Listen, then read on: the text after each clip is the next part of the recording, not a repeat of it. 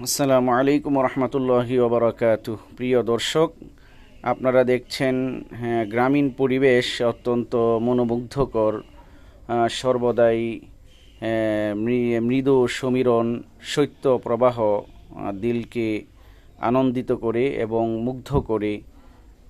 এবং গ্রামীণ পরিবেশে থাকাটা এটা স্বাস্থ্যের জন্য অত্যন্ত ভালো এবং উপকারী।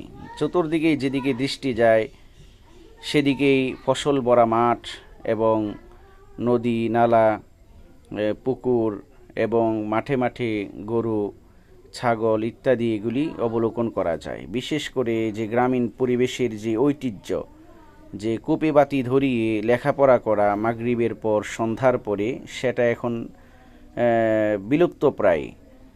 আমিও আজ এই মাগরিবের পরে আমার রুমে বসে কিতাব মোতালা করছিলাম। তাই কারেন্ট চলে গিয়েছিল, কারেন্ট ছিল না, তাই আমি মোমবাতি ধরিয়ে সেই পুরানো স্মৃতিচারণ করছি, কিতাব মোতালা করছিলাম। তাই আমার এই টাইমলাইনের মধ্যে আমি এটা চাচ্ছি রেখে দেওয়ার জন্য স্মৃতিস্বরূপ কিতাব মোতালা, যাতে পরবর্তী প্রজন্ম এটা দেখতে পারে।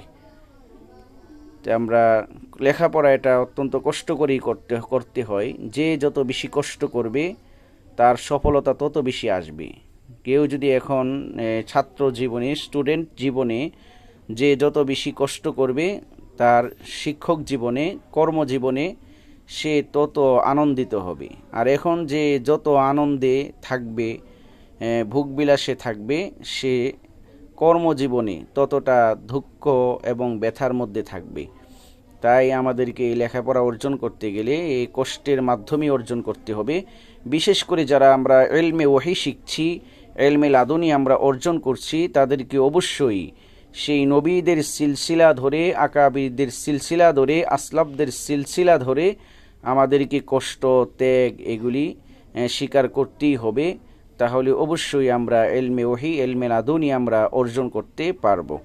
তাই আমরা এই ছাত্র জীবনে খাবার, থাকা খাওয়া এবং উন্নত ব্যবস্থাপনা এগুলি না দেখে কোথায় আমল আছে, এখলাস আছে, লেখাপড়া আছে, সেটা অবশ্যই আমরা যাচাই বাছাই করব। তাহলে ইনশাআল্লাহ আমরা ভালো আলেম হতে পারবো।